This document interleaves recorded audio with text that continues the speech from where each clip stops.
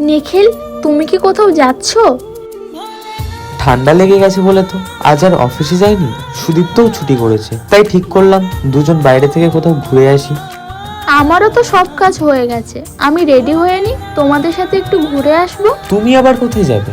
না, তোমার যাওয়ার দরকার নেই। আমি তো তোমার বউ, তোমাদের সাথে গেলে কি এমন সমস্যা হবে? হ্যাঁ বউ, তা কি হয়েছে? তোমাকে কি সবসময় সাথে করে নিয়ে ঘুরতে হবে? কি রে ভাই, তুই রেডি?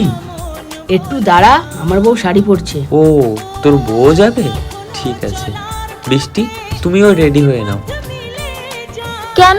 যেই শুনলে তোমার বন্ধুর বউ যাচ্ছে তখন আমার প্রতি করুণা হচ্ছে?